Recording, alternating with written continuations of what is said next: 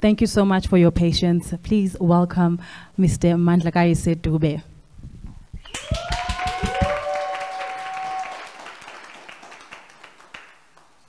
Hi, everybody.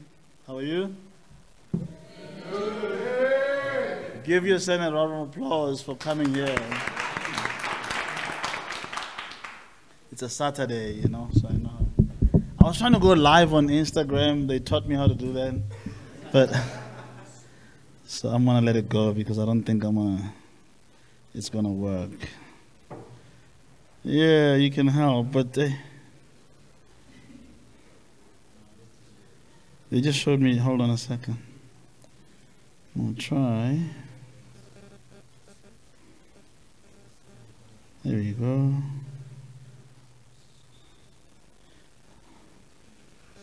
Oh yeah, something like that, right?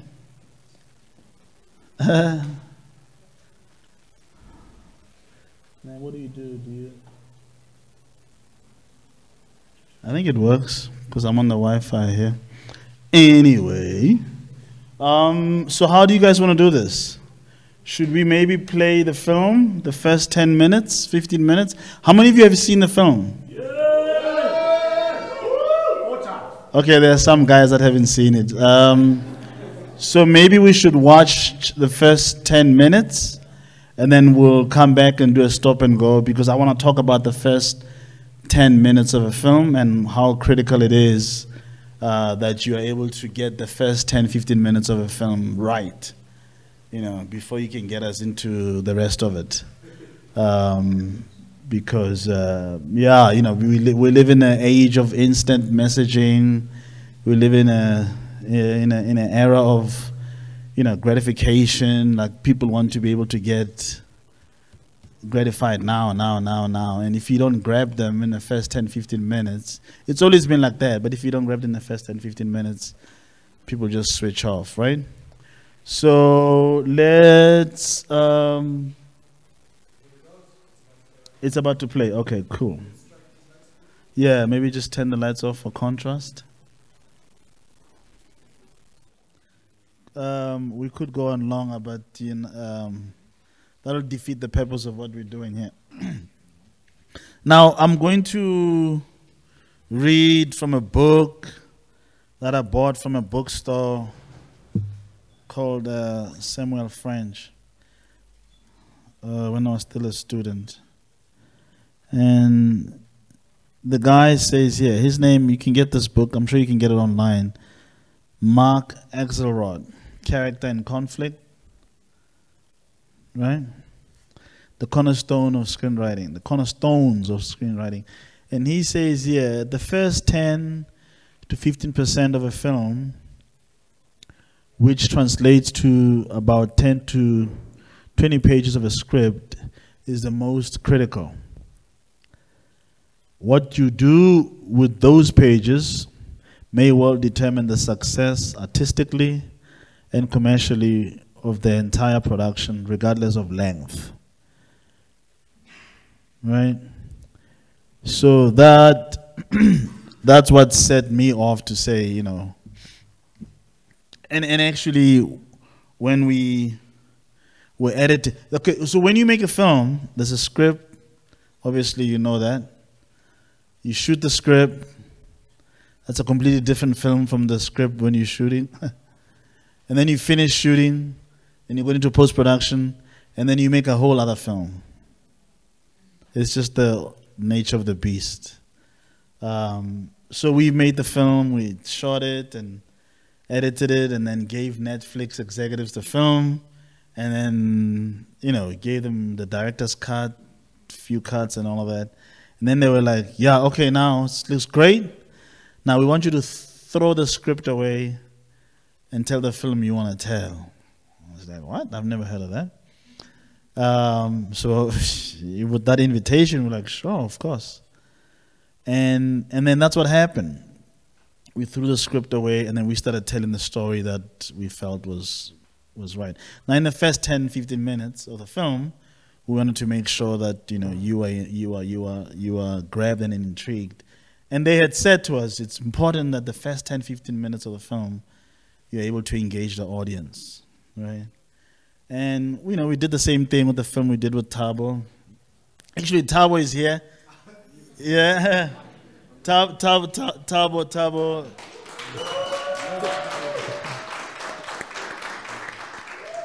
Thabo did an amazing job, and I would work with any film that I do. I'll work with him again because he's just an amazing soul. He's so giving. Same here. He's so giving.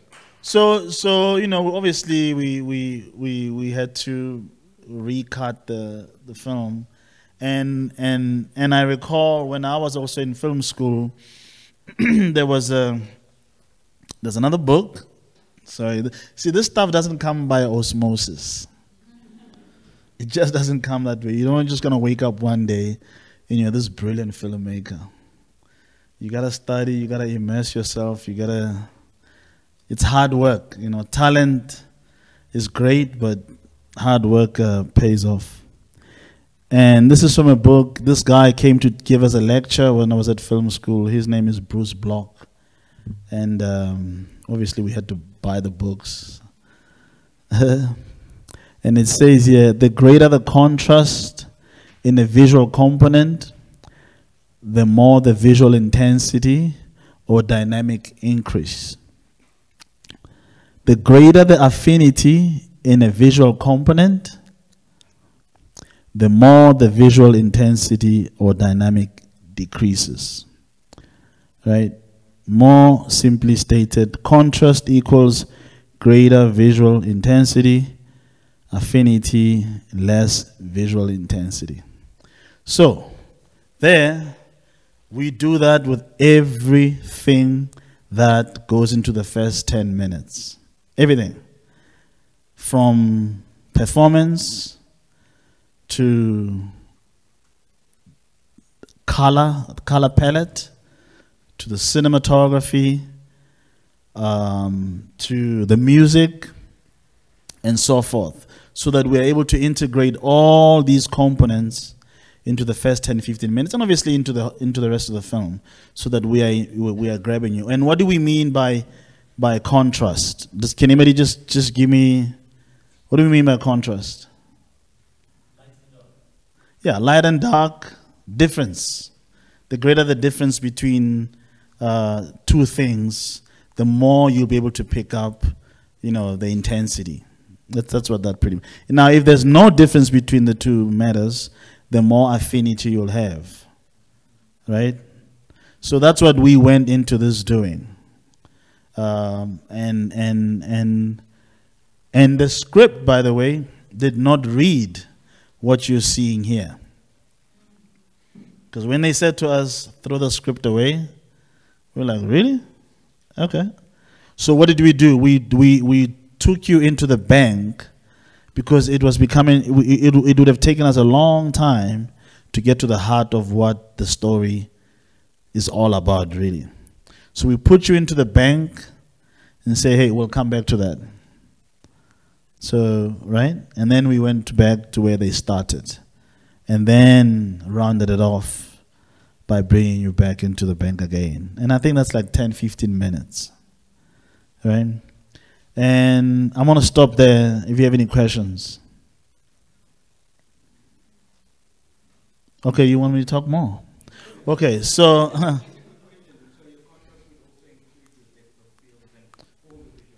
everything, every component that's in front of everything that you see in front of the camera is there by design. It's intentionally there. It's not by accident. So we said we wanted it to be there. There are lots of stuff there's lots of stuff that we shot that didn't make the film.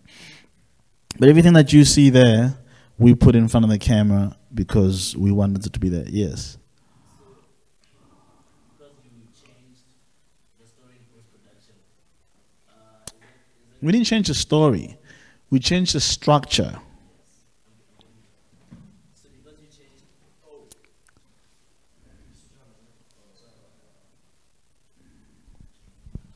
Hello? Yeah. Yeah. So, because you changed the structure in post-production, I would assume, I might be wrong, I would assume the opening was sort of like a juxtaposition of like the successful bank robberies and all those. It wasn't. No. You know, when we were shooting in the bank, we were inside the bank shooting. I went to the cinematographer, Sean Harley Lee, who did an amazing job. I said, Sean, you know, I've got a feeling that we should start the story in the bank. This is when we were shooting. And I wanna implore you guys, please, always trust your instincts. Because that's all you've got as a creative person. So I said, I think we should start inside the bank. And he said, oh, no, I don't think so. I think that's a filmmakers trying to be cute. And I said, oh, really? Okay. So, you know, we went on to shoot and we got into editing and all of that. And fair enough, that's what happened, you know. I went back to my instincts and said, we're going to start inside the bank. So no, we didn't. How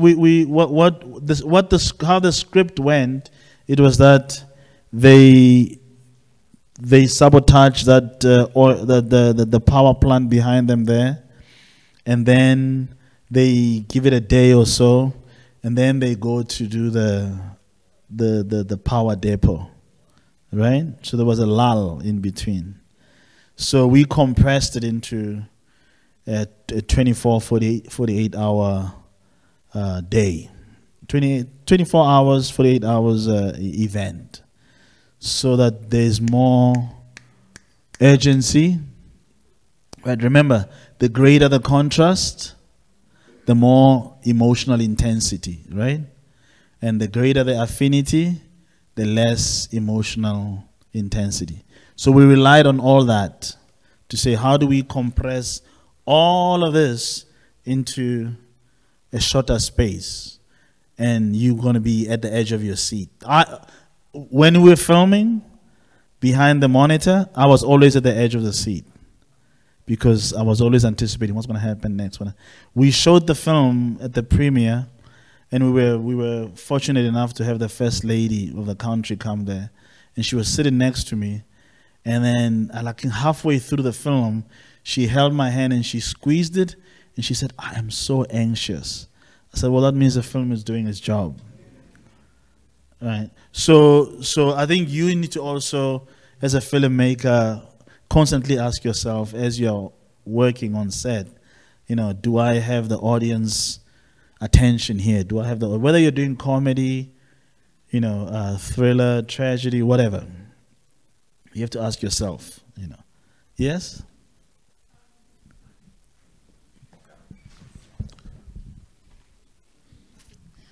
I think I saw briefly on Instagram that the film was shot on film. Just put the... Is it? Oh, okay.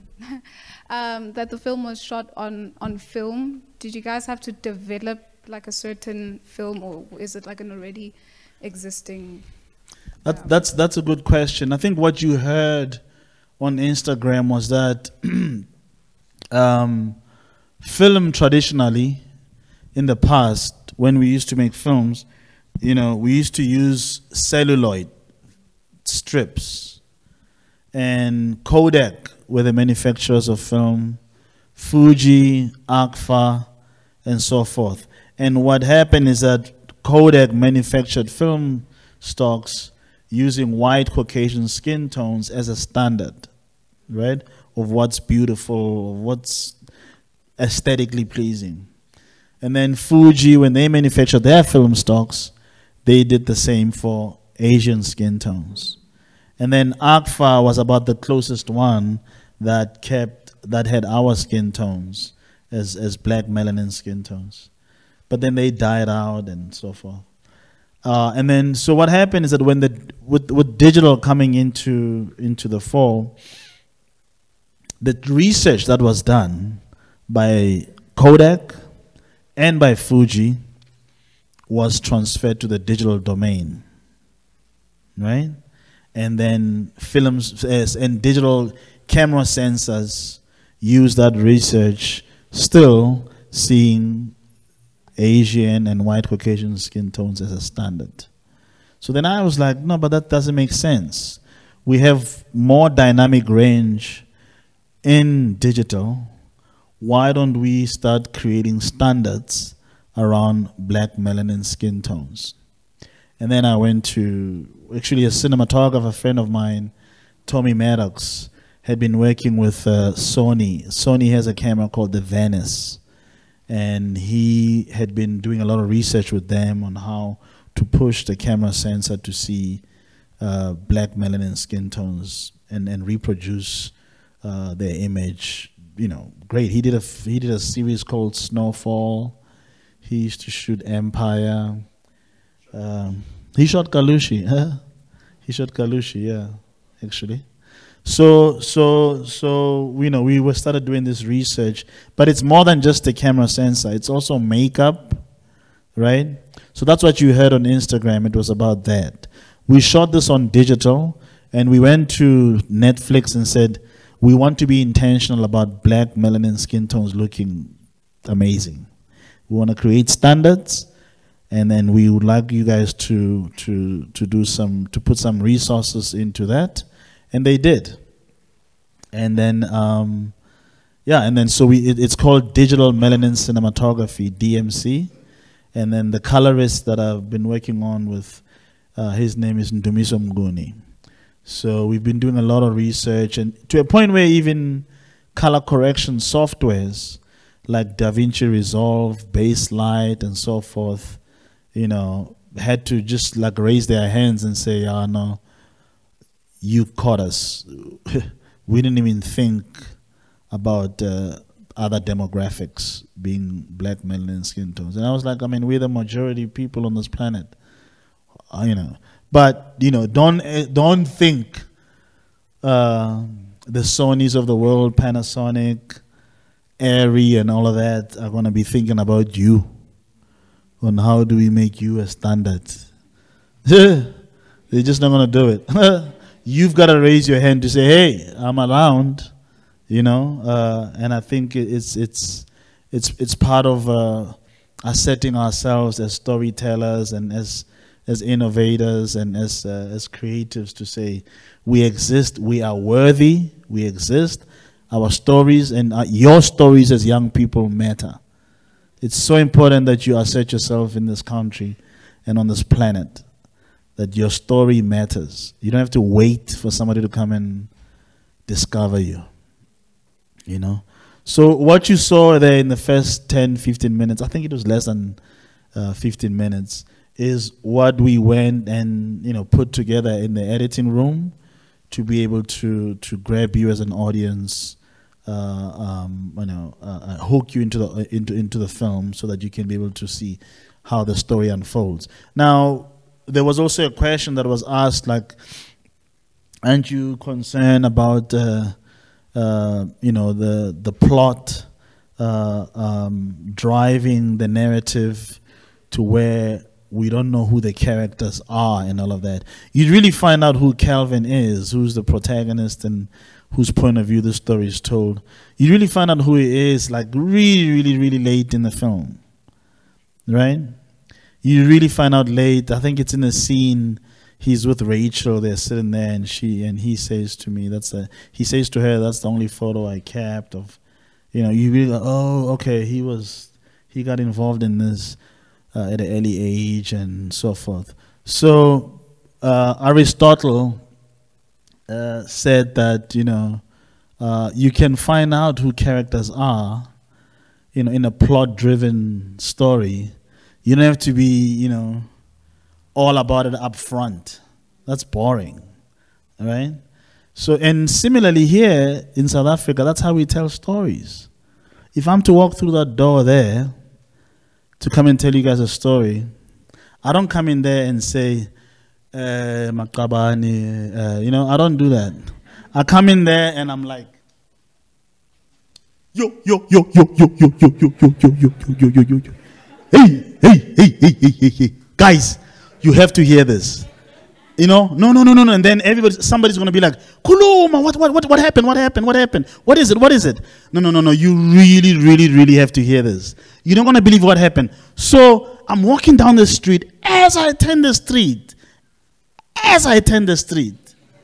Mangji, you know, that's how we tell stories. That's like, yeah, you go to your family, you'll hear that's how stories are told. And I think we need to bring that aesthetic into cinema, because that's who we are. Even musicians do that, you know. Even praise singers do that, you know. That's just who we are. It's in our DNA. We tell stories. Griots do that, you know. So we need to stop being shy and have this notion that we have to go and take how Hollywood does tell stories to tell our stories. You know, the whole world is waiting for us to tell them where to take humanity next, you know? But yet, the people that humanity started at are shy to be assertive, you know? So that's really, I mean, the first 10, 15 minutes is that. It's we're coming in there saying, guns blazing and all of that, you know? And then we say, okay, this is what really happened. Pretty much. Any other questions? Two questions, okay. Or project. He can also project. Oh, you guys are streaming. Okay. First and foremost, yeah, I'm not sure how, but the way you period pieced it is really cool. I think contextually, it feels like. Can anyone hear me? Oh, okay.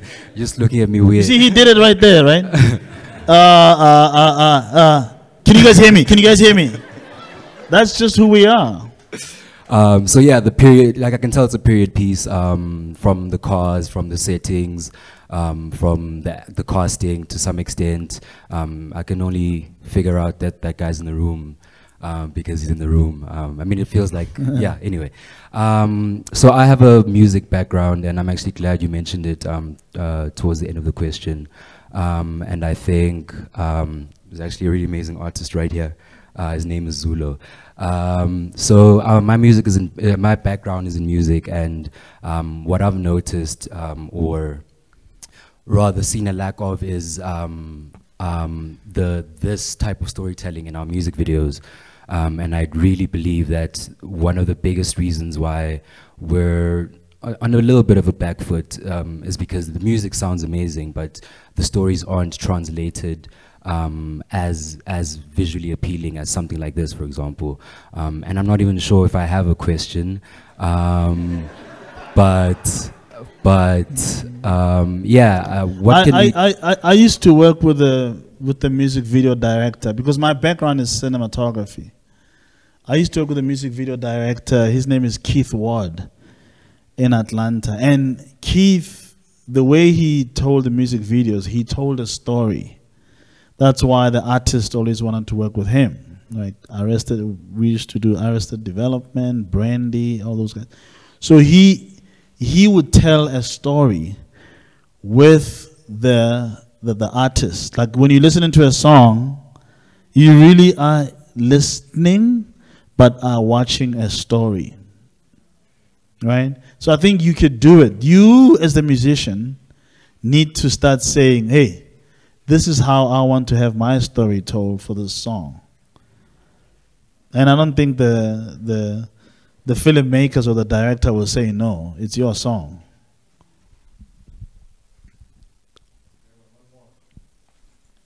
These filmmakers here. Huh? Thank you.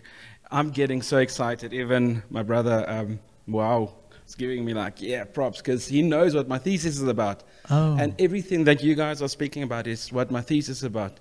What is your thesis about? Tell us. It's about comparing the structure of music, how you, as a creator, because I'm also a musician, I'm a director, I'm a scriptwriter, all of that. So I'm taking the theory of flow on what the process is to actually take your creative ideas and portraying it into a tangible art form, either it being music, a film, a sculpture, a painting.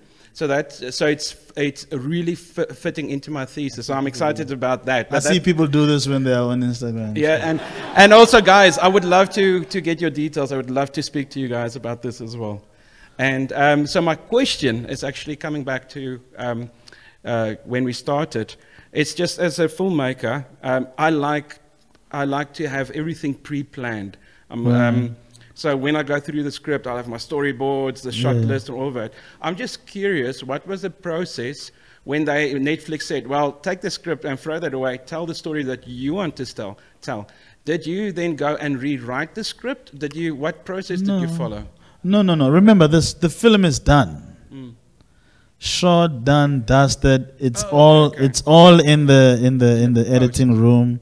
It's digitized. It's there, and it's pressure. And I said to them, what makes your process at Netflix so amazing is that you pressure the filmmaker.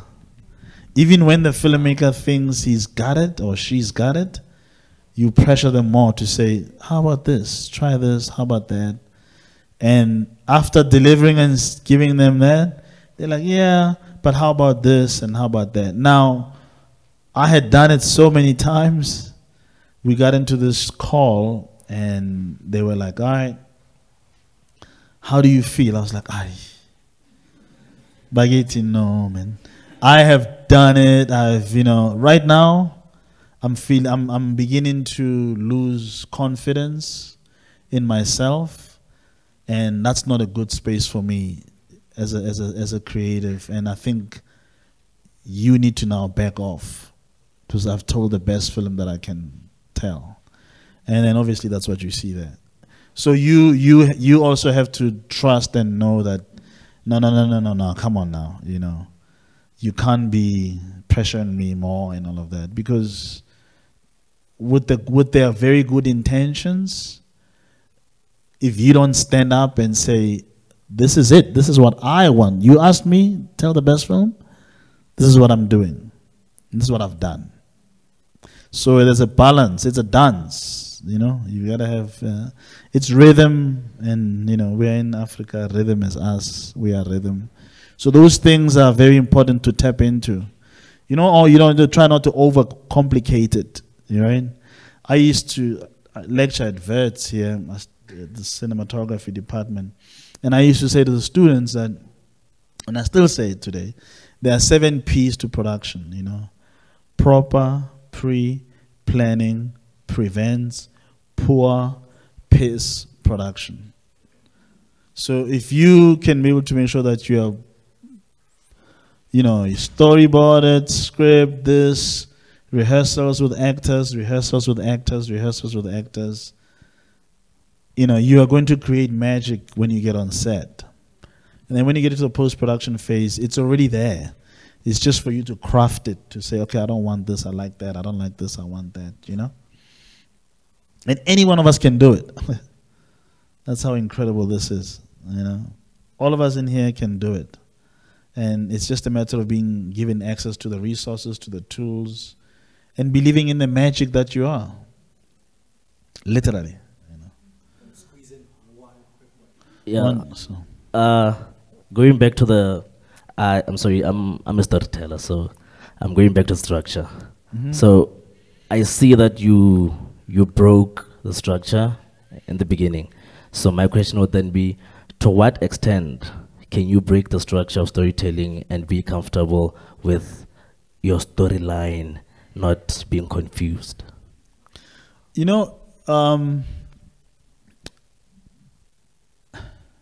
It starts from here. You know what I mean? It starts from the heart. What I bring to the story, what I bring to the story as a storyteller from my heart to you as an audience member is very non-linear, right? And even when we're working on set, I will be talking something, and I'll just leave everybody and just go to something completely random that's either happened in rehearsals or is going to happen in editing, right? And they'll be like, whoa, what's going on? You're confusing us. And I said, no, just stay with the confusion for a second, because there's something that I'm trying to get at. So I think you need to be patient with yourself to say, this is the structure I've put together for this story and all of that.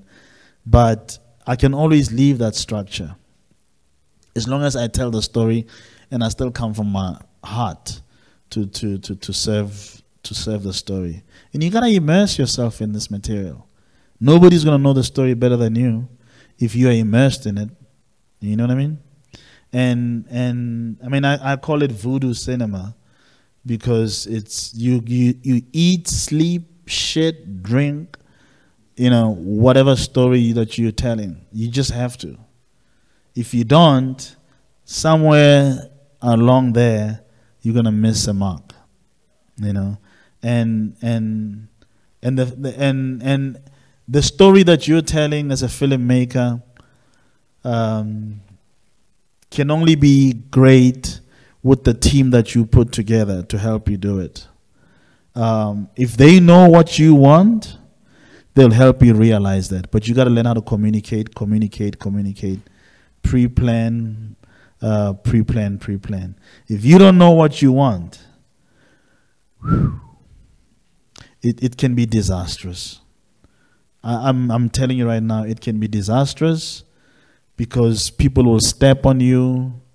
People will tell the film that you didn't intend on your film. I've had a director work on set one day, and I think it was, maybe it was the first AD or somebody like that who said, no, if you do this and do that, and if you come around and, you know, they were trying to help the director. And the director turned around and said, listen, you will do that on your movie. This is my movie. I don't think he was being arrogant. He was just saying, I know what I want. I know exactly what I want. And as cute as it is what you're saying, on this film, I'm the director. This is what I want. So you got to know what you want. And it's as simple as that. What do you want? Like, what do you want? Like, you know, when you're a baby and you're crying, you know you want food or you want to go to the toilet or whatever. You know what you want. So be childlike. Don't forget being childlike when you get on set, and just know what you want as a child. Thanks.